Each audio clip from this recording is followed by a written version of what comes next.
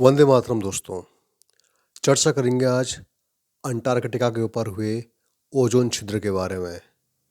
हाल ही में रिसर्च आई है जो हमारा दक्षिण ध्रुव का अंटार्कटिका है उस पे जो ओजोन छिद्र है वह वर्ष 2025 में सामान्य अवधि से पहले भर गया है, जिससे लगातार दूसरे वर्ष अर्थात 2024 और 2025 में ओजोन छिद्र को छोटा होने अर्थात संकुचित होने का अनुभव किया गया है। इस घटना से ओजोन परत में दीर्घकालिक सुधार की संभावनाएं बढ़ी हुई हमें नजर आती हैं। जो ओजोन छिद्र या ओजोन परत का क्षरण है वह क्या है, तो इसके बारे में जानते हैं। जो ओजोन परत है, उस ओजोन का जो छिद्र है वह पृथ्वी का जो समताप मंडल है, उसमें एक ऐसा क्षेत्र है जहां पर ओजोन की परत बिल्कुल पतली हो चुकी होती है, अत्यधिक क्षीण हो जाती है, जिसके परिणाम स्वरूप क्या होता है, ओजोन के जो अणु हैं, O3 के जो अणु हैं, उनकी सांद्रता सघनता काफ़ी कम हो जाती है। मौसमी परिघटना, ओजोन परत में जब क्षय की प्रक्रिया होती है मुख्यतः यह होती है दक्षिणी गोलार्ध के बसंत के महीनों में अर्थात अगस्त से दिसंबर के दौरान। वैश्विक वायुमंडलीय कारक भी इस प्रक्रिया की तीव्रता को प्रभावित कर सकते हैं। ओजोन के जो क्षय के कारण है, ओजोन के क्षय के कारण एक ऐसा क्षेत्र बनता है जहां ओजोन की सांद्रता का स्तर अत्यंत कम हो जाता है, जिसे कि हम डॉप्सन यूनिट में कहें तो 220 डॉप्सन इकाई या उससे कम हो जाता है, जो सामान्यतः अंटार्कटिका के ऊपर ही दर्ज करते हैं हम। डॉप्सन क्या है? जो ओजोन की इकाई, ओजोन की यूनिट, ओजोन की मात्रा है, उसको हम डॉप्सन यूनिट अर्थात DU में व्यक्त करते हैं। ओजोन की परत पृथ्वी की सतह से लगभग 15 से 30-35 किलोमीटर ऊपर समताप मंडल में उच्च ओजोन सांद्रता वाला एक क्षेत्र होता है।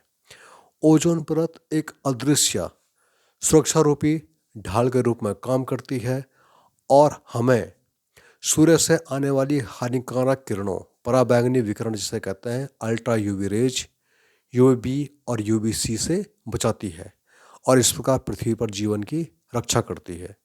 ओजोन परत के क्षय होने के कारण क्या है?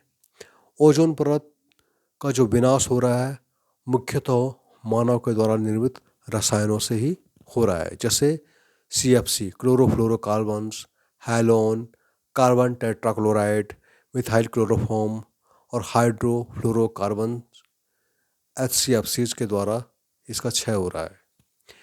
जो ये पदार्थ हैं ये समताप मंडल में क्लोरीन और ब्रोमीन परमाणुओं का उत्सर्जन करते हैं और ओजोन O3 के अणुओं को विघटित करते हैं।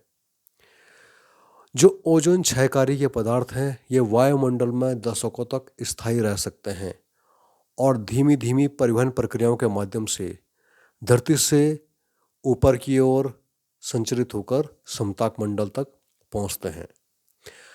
अंटार्कटिका के ऊपर अत्यधिक ठंडे तापमान के कारण ध्रुवीय समताप मंडलीय मेघ, याद रखिएगा इसको, ध्रुवीय समताप मंडल मेघ का निर्माण होता है, जो कि रासायनिक अभिक्रियाओं के लिए एक स्वतः का काम करता है और इससे क्लोरीन का उत्सर्जन होता है और यह भी ओजोन परत को नुकसान पहुंचाता है।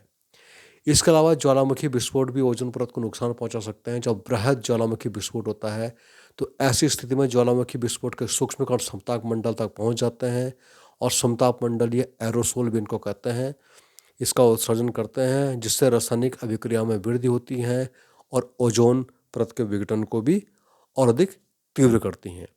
तो ये सब कुछ कारक हैं जो कि ओजोन परत को नुकसान पहुंचाते हैं, लेकिन वर्तमान समय में विगत 2 वर्षों से ऐसा महसूस किया जा रहा है वैज्ञानिकों के द्वारा कि ओजोन परत की जो क्षय है उसकी दर में कमी आ रही है और इसमें सुधार आता जा रहा है।